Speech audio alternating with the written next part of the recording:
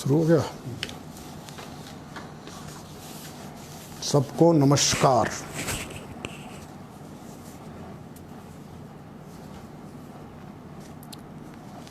Sanchi Indic Buddhist university की ओर से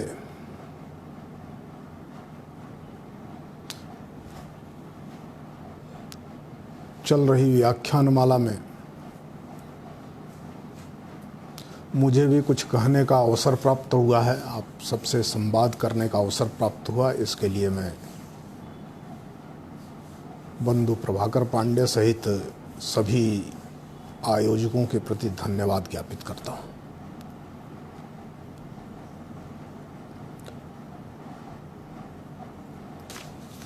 यूँ तो सांची विश्वविद्यालय के साथ अपना नाता पुराना है, पर भारत की तरह कभी कभी संपर्क, संवाद और संबंध के बीच अंतराल आता है। वैसा ही एक लंबा अंतराल आया है। उस अंतराल में विश्वविद्यालय भी बदला है, मैं भी बदला हूँ। उसके बाद से दुनिया भी बदली है, और दुनिया का बदलना तो ऐसा है कि क्या होगा, कैसे होगा, कैसे आने वाले दिन होंगे, इसका कुछ पता नहीं चल रहा है। हम एक ऐसी सुरंग में प्रवेश कर गए हैं, कोरोना की एक ऐसी सुरंग है जिसमें कोई रोशनी दिख नहीं रही है, बाहर निकलने का कोई रास्ता नहीं सूझ रहा है। तथापि यह मानवीय जिजीविषा है जो इसमें भी जीने के रास्ते निकाल रही है, जीवन को बेहतर बनाने, सुखमय बनाने, आनंदमय बनाने के प्रयास कर रही है। तो स्वाभाविक है, ऐसे समय में जब सर्वत्र अंधेरा दिख रहा हो, आशंकाओं के बीच मानव अस्तित्व अपने को बचाने, सुरक्षित रखने और समृद्ध करने के यत्न कर रहा हो, तो भारतीय संस्कृति और भारत के जीवन मूल्यों पर चर्चा की जाए। अब अगर यह स्वाभाविक है तो उसी संदर्भ में करने की आवश्यकता भी है। पहले तो कठिनाई क्या है कि भारतीय संस्कृति, जब मैं कह रहा हूँ तो भारतीय संतति की बात तो भारत की परंपरा करती है।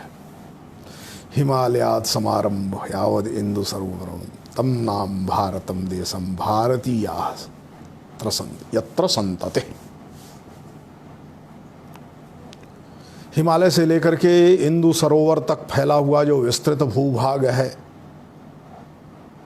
उसको भारतवर्ष कहते हैं, और इस भूभाग पर जो जन समुदाय है, इस भूभाग की जो संतति है, जो प्रजा है, वह भारतीय है।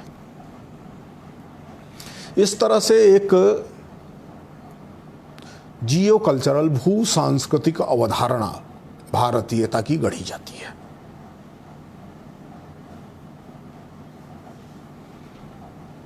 लेकिन पिछले 200 वर्ष दुनिया के ऐसे हैं जिसमें सभी प्रकार के विद्याओं का, सभी प्रकार की मानवीय पहचान का, सभी प्रकार के सभ्यता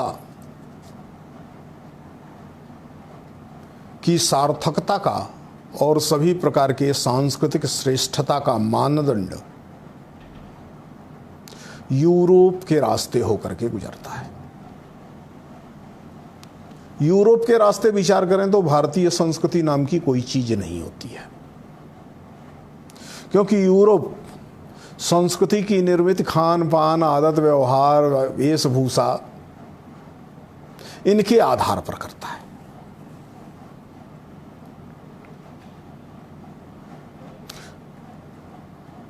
मानवीय संघात के आधार पर करता है, मनुष्य के अंतर संबंधों से निकसित हुई जीवन विधि के आधार पर करता है।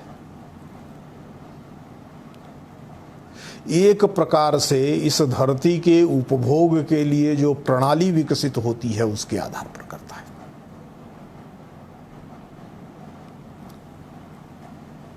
जबकि जिसको हम भारतीय संस्कृति के रूप में समझने की कोशिश करते हैं वो इससे ठीक उलट है। यह बाहर की ओर नहीं, भीतर की ओर है। संस्कृति जीवन विधि तो यहां भी है। संस्कृति हमारे जीने और सोचने की विधि में होती है, अभिव्यक्त होती है, लेकिन यह हमारे जीने की विधि में जो अंतस्थ है उसका अभिव्यक्तिकरण मात्र है। दरअसल सभ्यता और संस्कृति को समानार्थक रूप में लेना और 20वीं शताब्दी के अंतिम दशक से तो इसको ज़्यादा तेजी से लिया जाने लगा, जब एक नई अवधारणा क्लैश ऑफ सिविलाइजेशन की या न्यू वर्ल्ड ऑर्डर की गढ़ी गई, तो सिविलाइजेशन और कल्चर के अर्थ खत्म हो गए। सिविलाइजेशन के नाम से अवधारणा गढ़ी गई, संस्कृतियों के संघर्ष की कहानी कही गई। इसलिए संस्कृति को मैं उन अर्थों में लूं, ये मेरे लिए कठिन है। वैसे संस्कृति तो बहुत परिभाषित करने की चीज भी नहीं है, क्योंकि संस्कृति परिभाषा उसकी होती है जो स्थिर होती है, जो गत्यात्मक होती है उसकी परिभाषा नहीं होती है, उसकी तो पहचान करनी पड़ती है। इसलिए संस्कृति को तो पहचानना पड़ेगा। एक भू सांस्कृतिक अवधारणा में विकसित हुई, हिमालय से इंदु सरोवर तक 3 तरफ से समुद्र से और एक तरफ से पहाड़ से घिरे हुए भूखंड के रूप में जब संस्कृति की पहचान की जा रही है और उस संस्कृति में मानव मूल्यों को देखने की कोशिश की जा रही है, जीवन मूल्यों को देखने की कोशिश की जा रही है, तो नए तरीके से देखना पड़ेगा। और नए तरीके से देखने का मतलब है कि 200 वर्षों के अंदर विकसित हुई प्रणाली के आधार पर न देखना, अभी 2000, 4000, 5000, 10,000 वर्षों से जो इस भूखंड में इस भू सांस्कृतिक अवधारणा के पल्लवन का, विकास का तरीका रहा है, उस तरीके से समझा जाए। अब इस दृष्टि से करेंगे तो हम स्वाभाविक तौर पर संस्कृति को कल्चर के अनुवाद अर्थ में न लें। यद्यपि दोनों में एक समानता तो है, संस्कृति भी उगती है, संस्कृति गढ़ी नहीं जाती है। संस्कृति जीवमान भू सांस्कृतिक अवधारणा है, इसमें प्राण तत्व होता है, और जिसमें प्राण होता है उसको कोई गढ़ नहीं सकता है, बना नहीं सकता है। प्राणवान वस्तुओं को गढ़ने और बढ़ाने की क्षमता आ जाए तो मनुष्य ईश्वर हो जाएगा। इसलिए मनुष्यकृत नहीं होती है संस्कृति, यह तो चिद्ध विलास है, चिद्ध संबित है, चेतना का विस्तार है, चैतसिक ज्ञबोधता की अवस्था है, आत्मबोध है, परिवेश बोध है, अपने को जानना है। इसलिए 2 चीजों को समझना पड़ेगा। अब जिसको गढ़ा नहीं जा सकता है वो अनगढ़ ही रहेगा क्या? तो यह भी तात्पर्य नहीं है जिसको बनाया नहीं जा सकता है, गढ़ा नहीं जा सकता, वो अनगढ़ नहीं रहेगा, उसको संस्कारित करना पड़ता है, उसका भावन करना पड़ता है। इसलिए संस्कृति को समझना है तो 3 अर्थों में पहले हम समझ लें। एक तो प्रकृति है। अब प्रकृति जो है वो जब गतिशील होती है तो 2 स्थितियां होती हैं, या तो ऊर्ध्वगामी होगी, ऊपर की ओर जाएगी, या अधोगामी होगी, नीचे की ओर जाएगी। प्रकृति क्या है? तो मनुष्य मात्र की प्रकृति वही है जो प्राणी मात्र की है, पशु मात्र की है। आहार, निद्रा, भय, मैथुन, ये प्रवृत्तियां मनुष्य की प्रकृति हैं।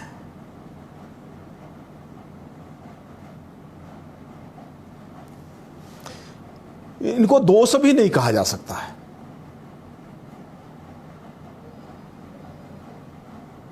इसलिए भारतीय परंपरा में शुरू से एक चीज तो मान ली गई कि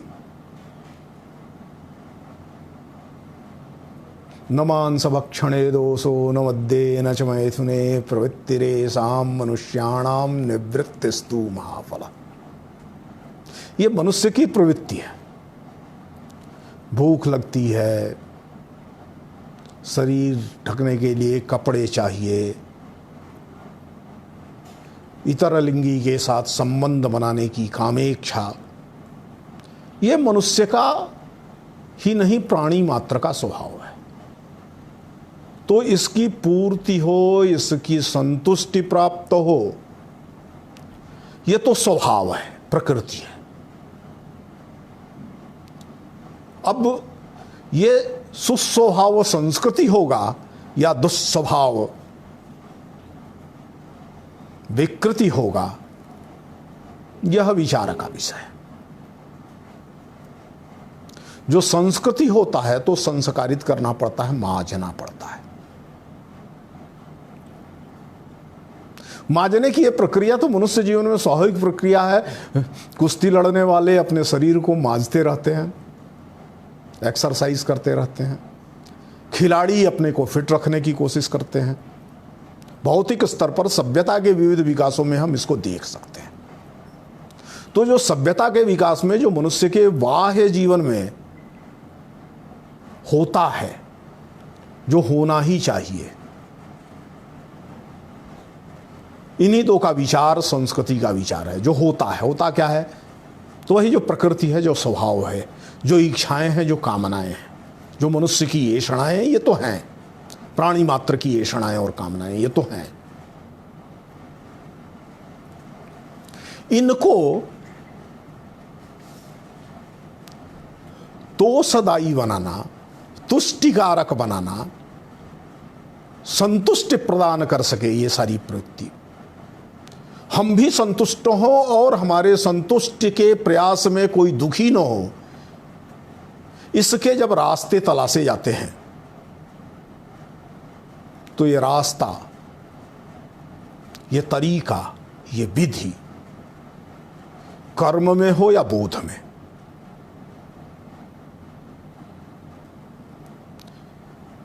आचरण में हो या ज्ञान में, सर्वत्र एक संस्कृति की निर्मिति करता है। अब इसको और होथरे उदाहरण से समझा जाए। भूख लगती है तो मनुष्य का स्वभाव है, वो खाना खाता है, यह भी उसका स्वभाव है, उसकी इच्छा है, उसकी मूल आवश्यकताओं की पूर्ति है। भूख लगेगी तो खाना खाएगा। अब कमा के खाना, बांट के खाना, जितनी जरूरत है उतना ही खाना, यह संस्कृति है। छीन के खाना, लूट के खाना,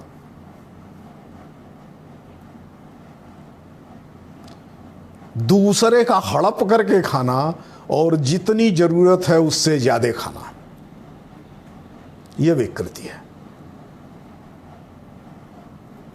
मूल्य की आवश्यकता किसी भी समाज में, किसी भी समूह में सांस्कृत जीवन के लिए होती है, कल्चर्ड लाइफ के लिए होती है।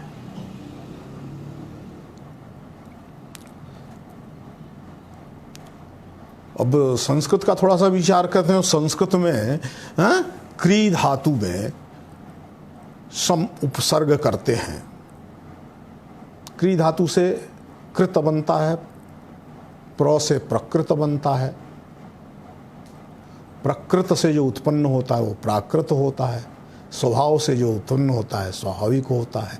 लेकिन वही उसको जब उत्पन्न करते हैं, उगाते हैं, वैसे ही जैसे कोई पौधा उगाया जाता है,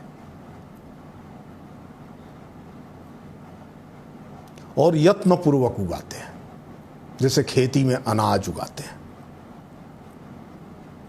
जंगल उगने की तरह नहीं।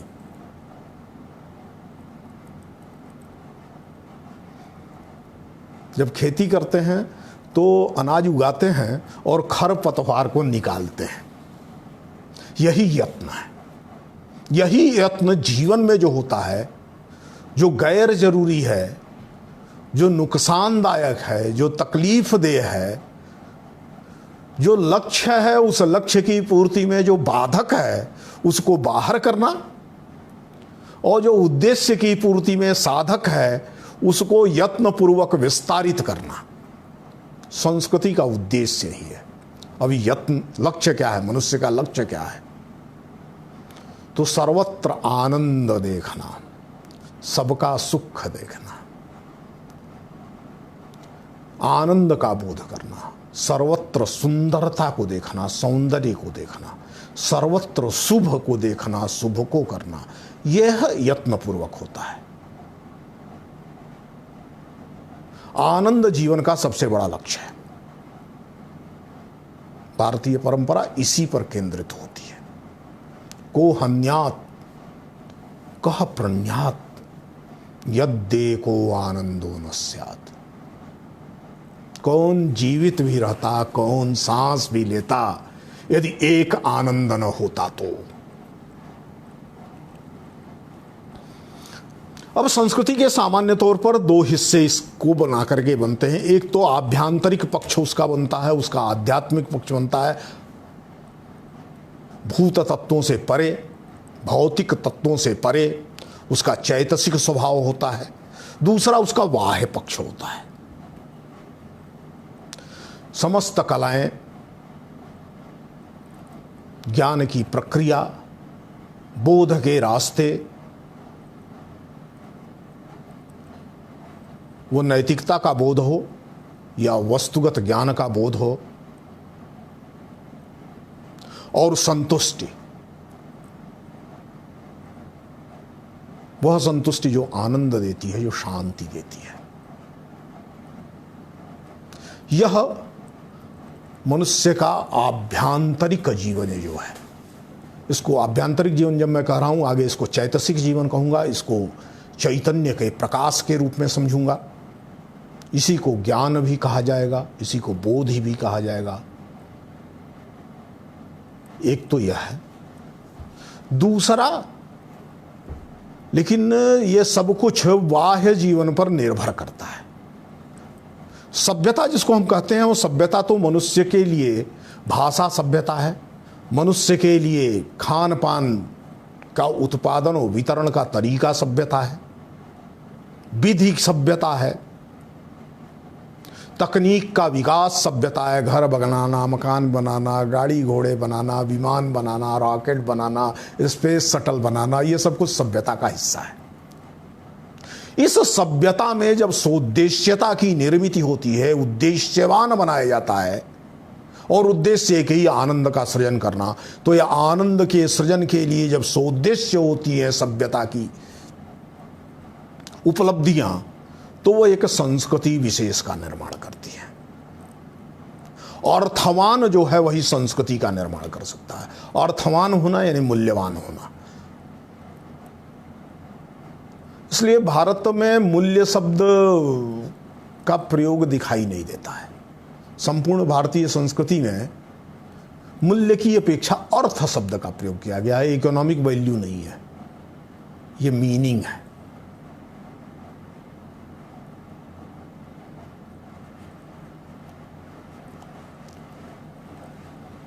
इसलिए भारतीय जीवन परंपरा का विचार करते हुए सांस्कृतिक जीवन, आनंदमय जीवन, सबके सुख का जीवन, सबके कल्याण का जीवन तभी होगा जब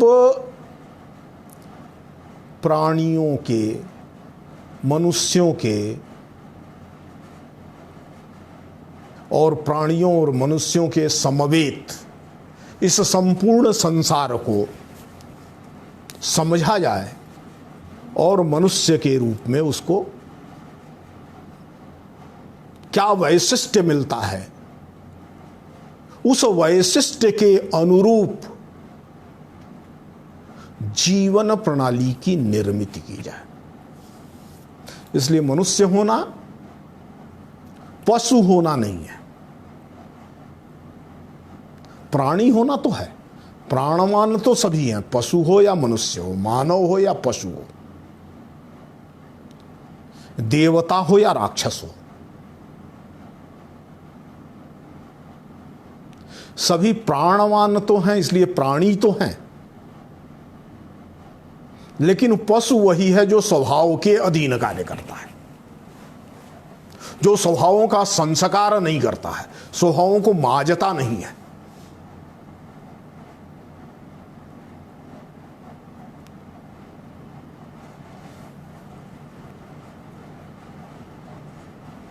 और मनुष्य वह है जो स्वभाव के अनुसार कार्य तो करता है, लेकिन स्वभाव की निर्मित करता है। प्राकृत स्वभाव को सांस्कृत स्वभाव में बदलता है। यह जो बदलने की प्रक्रिया है, इसको ही धर्म कहा गया है।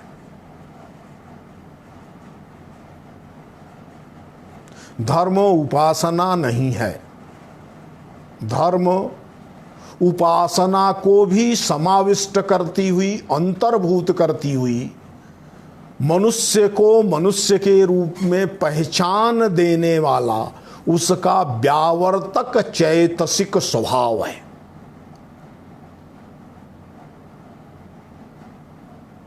इसलिए कहा गया ना, आहार निद्रा भय मैथुनम च सामान्यमे तद पशुभिन्नराणाम धर्मो हिते सामधिको विशेषो धर्मेण हीना पशुभिः समाना। अब इसलिए सभ्यता का भी जो संस्कार होता है तो संस्कृति में परिवर्तित होती है, क्योंकि सभ्यता का संबंध मनुष्य के बाह्य जगत में बिखरी हुई कठोर स्थितियों से है।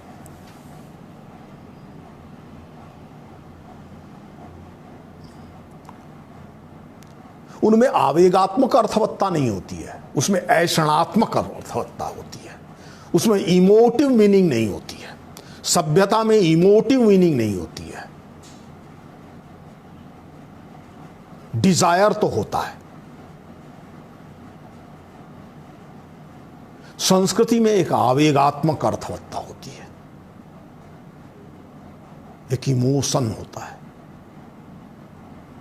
इसलिए संस्कृतियां सभ्यता के परिप्रेक्ष्य में कभी कभी निरर्थक प्रतीत होती हैं, लेकिन इन निरर्थक प्रतीक होने वाले मूल्यों के आधार पर मानव समाज खड़ा होता है।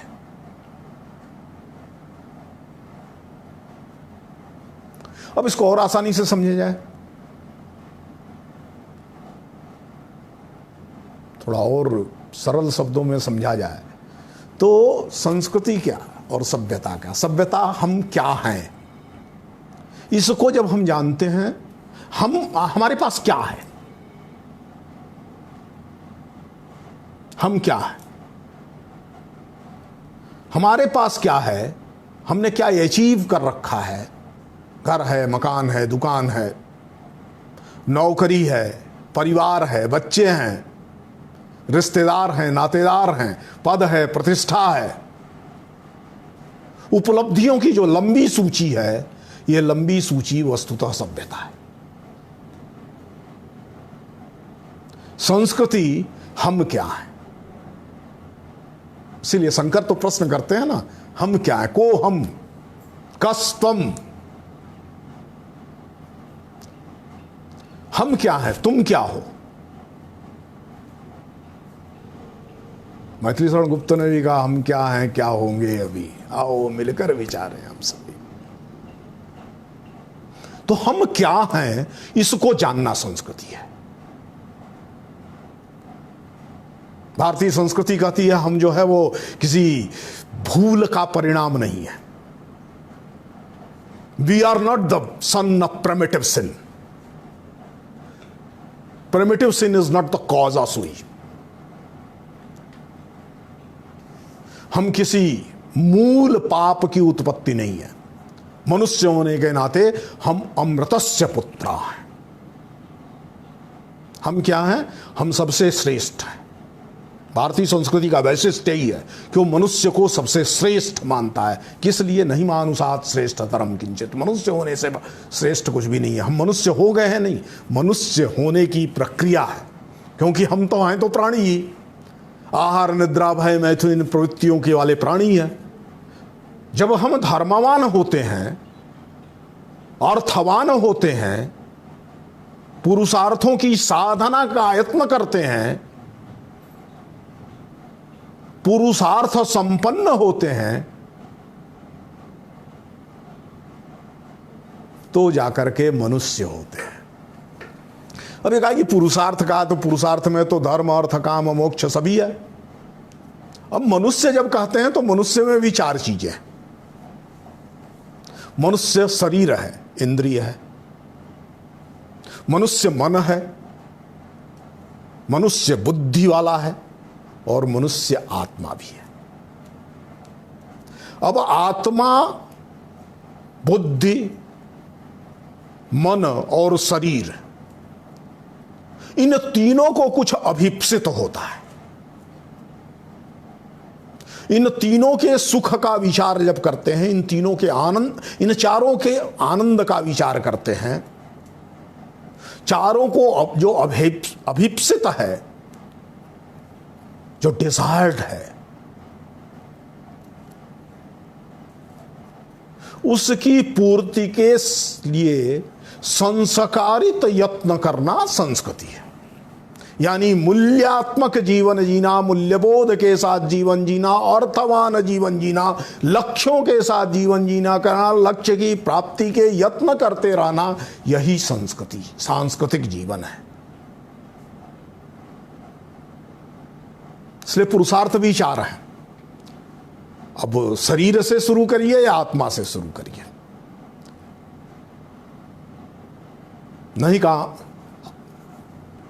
सर्वाय सर्वप्रियम भवति, आत्मस्तु कामाय सर्वम न तो सर्वाय सर्वप्रियम भवति। हम जो कुछ भी कर रहे हैं वो आत्मा के लिए करते हैं। मेरा बेटा, मेरी बेटी, मेरी पत्नी, मेरे पिता, मेरी मां, ये जो मैं है, ये मैं अंततः आत्मा ही है। इसी के आधार पर तो सुख होता है। इसलिए, और सबसे बड़ा दुख क्या है? हम जो जो चाहते हैं वो सब प्राप्त नहीं कर सकते, क्योंकि हम सीमित हैं बंधनों में।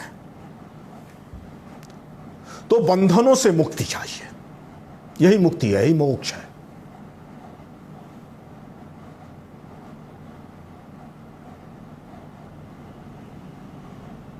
अब इस मोक्ष किसका होता है? शरीर का नहीं होता, मन का नहीं होता है, बुद्धि का नहीं होता है। मुक्ति तो केवल आत्मा की है। आत्मा क्या है? वो बंधती भी नहीं है। उसको तो भ्रम हो जाता है, अज्ञान हो जाता है, दुर्बोध हो जाता है। तो उसे सुबोध और सद्ज्ञान जब हो जाएगा तो मुक्त हो जाएगी।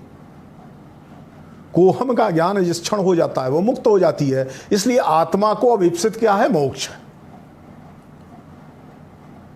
ऋणत्रयम् अपाकृत्य मनोमोक्षे निवेशयेत्। लेकिन केवल आप जो है, ठीक है, अब जब आत्मा के मुक्ति से ही मुक्ति है तो आत्मा की मुक्ति का यत्न करेंगे, यह भारतीय परंपरा में मूल्यात्मक जीवन नहीं है। इस संसार को ठुकरा करके मुक्ति नहीं है।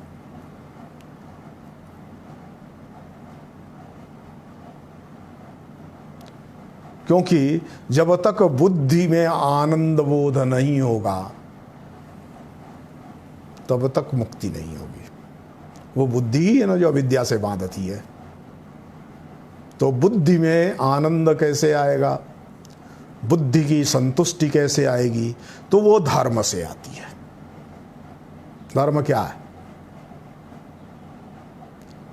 मैं फिर सांची में चर्चा कर रहा हूं, इसलिए अच्छा है अशोक की चर्चा करके कहता हूं। अपासिनवे बहु कयाने सचे सोचे दाने।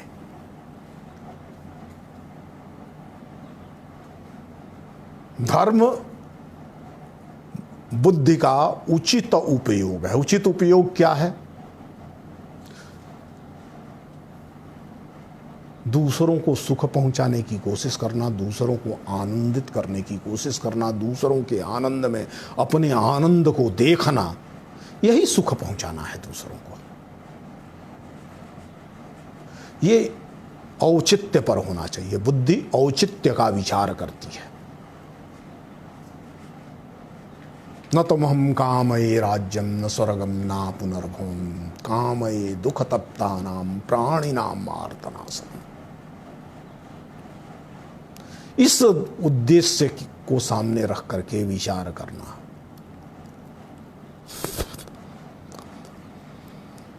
गोस्वामी तुलसीदास ने इसको बड़ा सरलीकृत करके कहा, परहित सरिस धर्म नहीं भाई, पर पीड़ा सम नहीं अधमाई। धर्म जो है परहित है, परोपकार है। यही औचित्य का विचार है, यही युक्ति युक्तता का विचार है।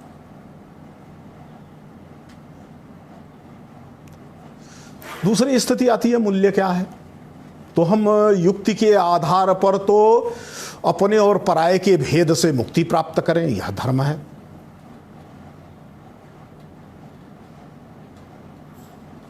बुद्धि का धर्म, बुद्धि का पुरुषार्थ धर्मबोध है। बुद्धि का मूल्य, बुद्धि के लिए मूल्यात्मक जीवन धर्मबोध जीवन है। धर्म क्या है? दशकम धर्म लक्षणम की बात करें तो उसमें भी धर्म क्या है? धृति क्षमा दम अस्तेयम शौचम इंद्रिय निग्रह सत्यम अक्रोधो दशकम धर्म लक्षण। धैर्य होना चाहिए, क्षमावान होना चाहिए, इत्यादि इत्यादि। अहिंसा और आनुशंस्य ये धर्म है। करुणा धर्म है। सत्य पर अधिष्ठित होना धर्म है।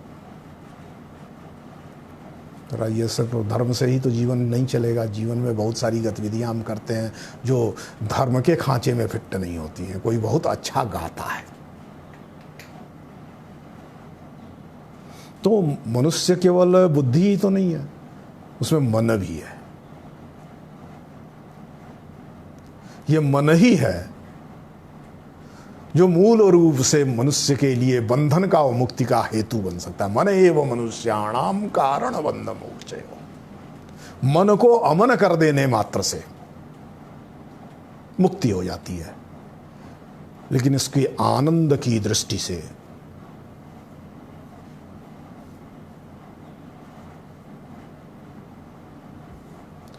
जो काम पुरुषार्थ है, काम यानी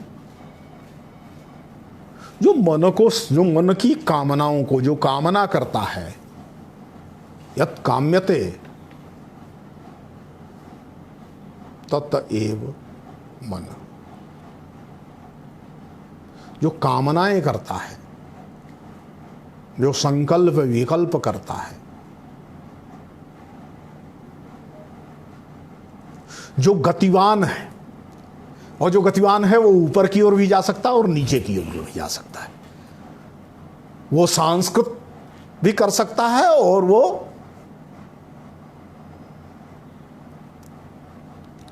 विकृत भी कर सकता है। तो संस्कृतिवान बनावे, सांस्कृत करे, विकृतिवान न बनावे, विकृत न करे, इसके लिए भी कुछ यत्नों की जरूरत होती है। तो ये साहित्य संगीत कला विहीन साक्षात पशुपुच्छ विषाणहीन। ये मन ही है जो आत्मा, बुद्धि और इंद्रिय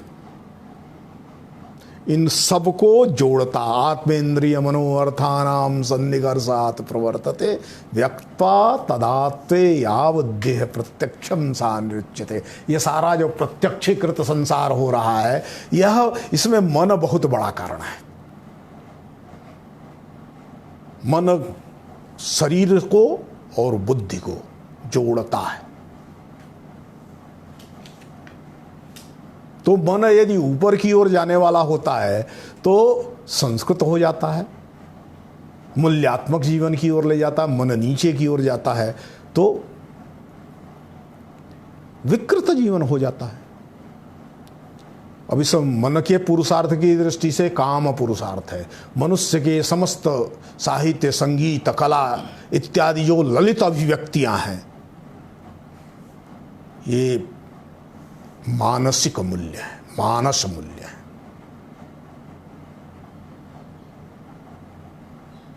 और तीसरा आता अर्थ पुरुषार्थ। अर्थ किसको कहते हैं? अर्थशास्त्र किसको कहते हैं? अर्थशास्त्र यानी अर्थवती पृथ्वी वो है जो भूमि जन से संपन्न है, वो अर्थवती है। और जो जन यानी मनुष्य यानी प्राणी, इनके पोषण का जो शास्त्र और सिद्धांत है वो सब अर्थ है, सब अर्थशास्त्र है। तो उसमें उत्पादन की कला भी है और उसमें नियमन और नियंत्रण की भी कला है। इसलिए मनुष्य के विज्ञान और तकनीक की भौतिक उपलब्धियां भी मनुष्य के लिए मूल्य है।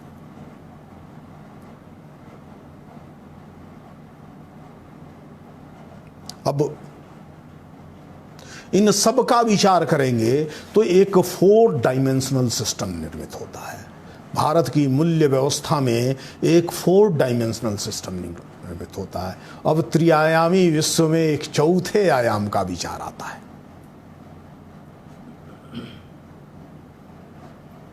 लंबाई, चौड़ाई और मोटाई के संसार में इस लंबाई, चौड़ाई और मोटाई को जो संभव बना सकता है, उस संभव को जानने, उसको रूपायित करने और उस बोध से युक्त होने की पूरी ही प्रक्रिया, यही पुरुषार्थ की व्यवस्था है, यही मूल्य का जीवन है। इस दृष्टि से अब फिर विचार करें तो भारत में जीवन मूल्य क्या है? कहा ना, काम पुरुषार्थ की दृष्टि से विचार करिए, अर्थ पुरुषार्थ की दृष्टि से विचार करिए, है ना। न मांस भक्षणे दोषो न मद्ये न च मैथुने प्रवृत्तिरेषां मनुष्याणां निवृत्तिस्तु फला महाफला। ये तो मनुष्य की प्रवृत्तियां हैं।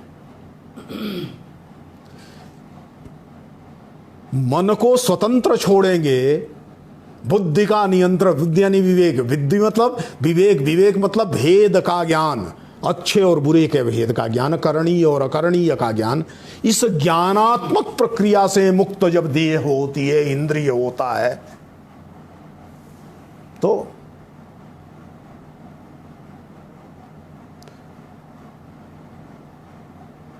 वह विकृतियों की ओर, नीचे की ओर जाता है। कामातुराणाम न भय न लज्जा।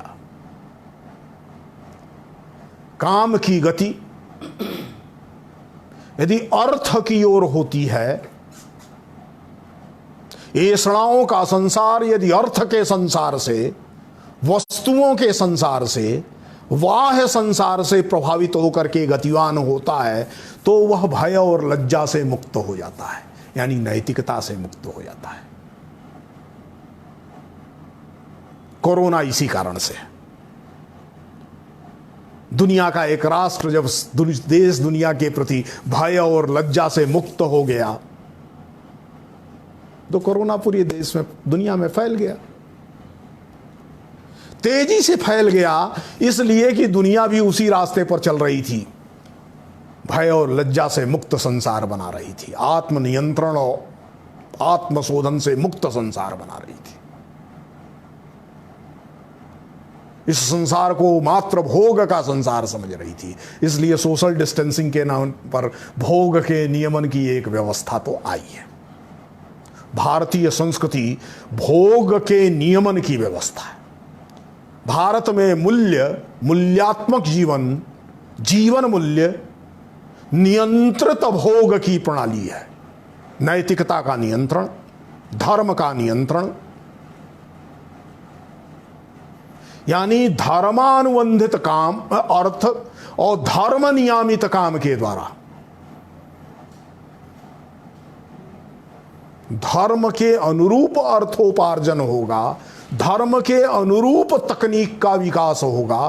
धर्म वही दूसरों को पीड़ा न मिले, दूसरों को सुख मिले, इसको सामने करके दूसरों के हित का सर्वहित भूत हिते रहता, इस अवधारणा को सामने रख करके जब विज्ञान और तकनीक का विकास होता है, विधि बनती है, व्यवस्थाएं बनती हैं, भाषा का विस्तार होता है, भाषा का स्वरूप विकसित होता है, और उसी धर्म को सामने रख करके जब काम पुरुषार्थ की सिद्धि के यत्न बनते हैं, साहित्य, संगीत और कला का विस्तार, वो वास्तु के क्षेत्र में होगा, नाट्य के क्षेत्र में होगा, फिल्म के क्षेत्र में, अभिनय के क्षेत्र में होगा, संगीत के क्षेत्र में होगा, ये जो सब कुछ सांस्कृतिक गतिविधियां दिखाई दे रही हैं, जितनी ही चैतसिक होती जाती हैं, जितनी ही युक्तियुक्त होती जाती हैं, जितनी धर्ममय हो जाती हैं, जितनी ही दूसरों को आनंदित करने के लक्ष्य के साथ होती हैं, उतना ही यह मनुष्य को मुक्ति के रास्ते, बंधनों से मुक्ति के रास्ते, सभी प्रकार की जड़ता के बंधन की मुक्ति के रास्ते पर बढ़ाती है। और अंततः है क्या, यह दुनिया छोड़ देने से न होगा, यह संन्यास का रास्ता नहीं है, यह सर्वथा कर्म का रास्ता है। हां, कर्म के बीच मर्यादाओं का रास्ता है। इसलिए उपनिषद, ईशावास्य उपनिषद का पहला मंत्र ही कहता है, तेन त्यक्तेन भुंजीता। इस संसार में जो कुछ भी है उसका तुमको त्याग पूर्वक उपभोग करना है। उपभोग अपने जीवन के लिए और त्याग दूसरों तक यह उपभोग की सामग्री पहुंचे, इस दृष्टि से। यानी एक तरफ पुराण कहते हैं, यावत भ्रियेत जठरम तावत स्वत्वम मेदेनाम यो ही अधिकम अभिमन्येत सस्तेनो दंडम मराति। तो दूसरी तरफ मध्यकाल में आते आते कबीर इसी को और सहज भाषा में कहते हैं, साईं इतना दीजिए जामय कुटुंब समाए, मैं भी भूखा ना रहूं साधु न भूखा जाए।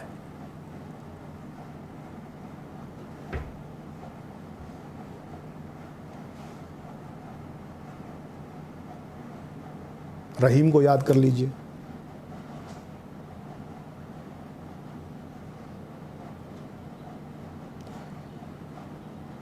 जब आवत संतोष धन सबदन धूरी समान।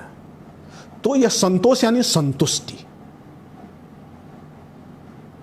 जब तक क्षुधा रहेगी, भूख रहेगी, कामनाएं रहेंगी, तृष्णा रहेगी, मद मोह मात्सर्य ईर्ष्या द्वेष रहेगा, तब तक संतोष नहीं होता है। धर्म का काम इन षड रूपियों का नाश है। इसलिए भारतीय जीवन प्रणाली बड़ी मूल्यों के आधार पर चलती है। कर्म और धर्म के बीच कोई अंतर नहीं है, प्रत्येक कर्म में धर्म है। जूता बनाते हुए रैदास के जीवन में धर्म है, साक्षात धर्म है। इसलिए मन की चंगाई की बात रैदास करते हैं।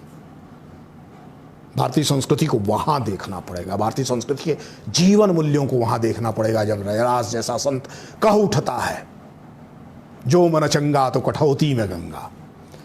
गंगा पवित्र कर सकती है, सही बात है, लेकिन जिसका मन चंगा नहीं है, मन पवित्र नहीं है, मन का अमनीकरण नहीं है, वो कामनाओं के, लालसाओं के वशीभूत है।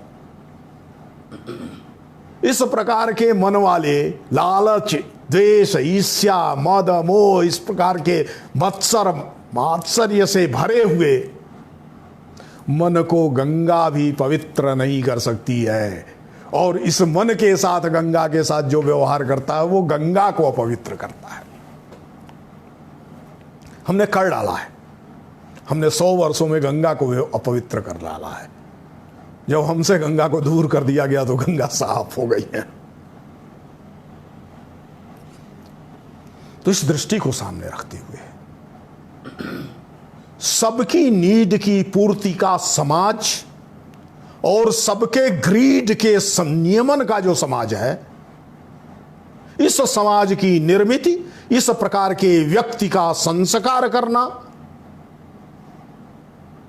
यह स्वीकार करते हुए जीवन जीना कि अन्यों का हमारे ऊपर ऋण है,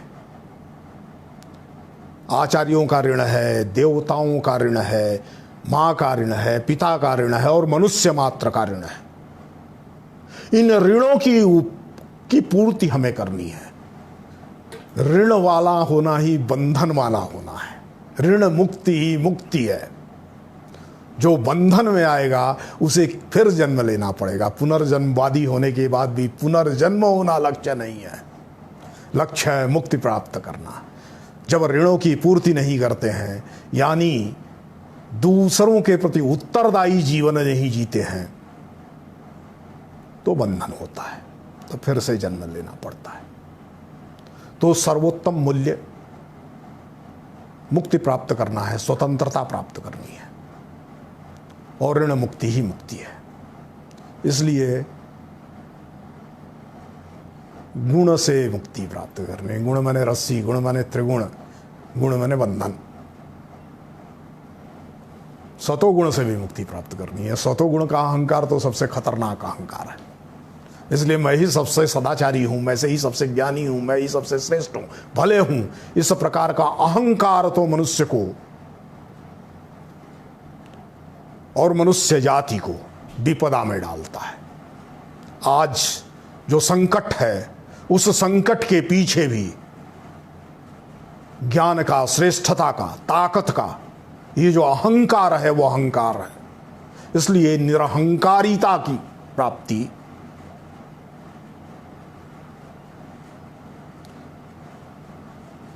यह भारतीय जीवन परंपरा का मूल्य है, जो वेदों से लेकर के संतों की वाणियों में दिखाई देता है। समकालीन संदर्भों में विचार करें तो यही दिखाई देता है। भाषा वेद के साथ गांधी में यही दिखाई देता है, अरविंद में यही दिखाई देता है, तिलक में यही दिखाई देता है, सुभाष चंद्र बोस में यही, सावरकर में यही, दीनदयाल में यही, लोहिया में। भाषा का अंतर हो सकता है,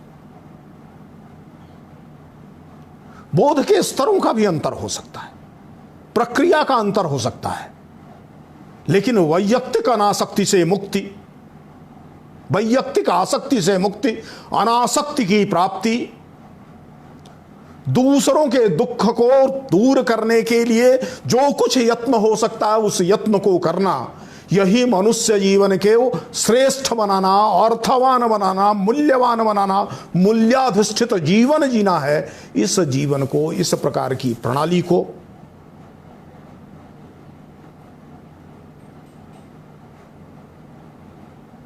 जिस समग्र ज्ञान संसार में रचित किया गया है, वह ज्ञान संसार का अर्थ ही भारतीय संस्कृति है।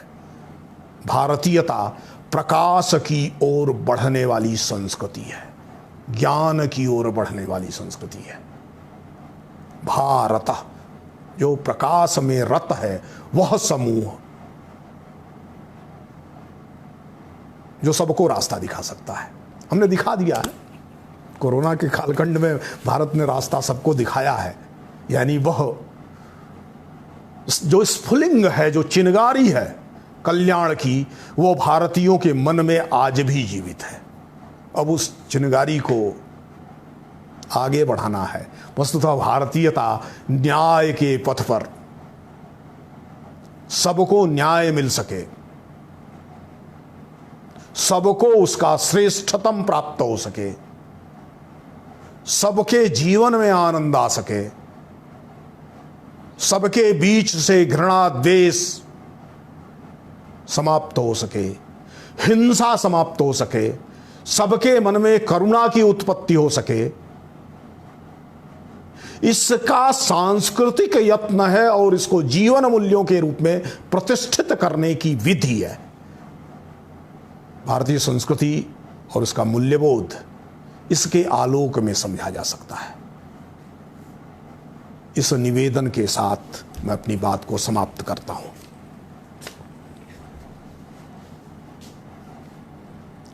एक ही सवाल अभी मुझे दिखा है, और भी हैं क्या? नहीं सर, बाकी सर, ये पुरुषार्थ क्यों बना जब ऐसे मोक्ष मिल जाए तो? ऐसे तो किसी को मोक्ष नहीं मिलने वाला है। बंधन है तो काटना तो पड़ेगा, और बंधन काटने का हथियार पुरुषार्थ है।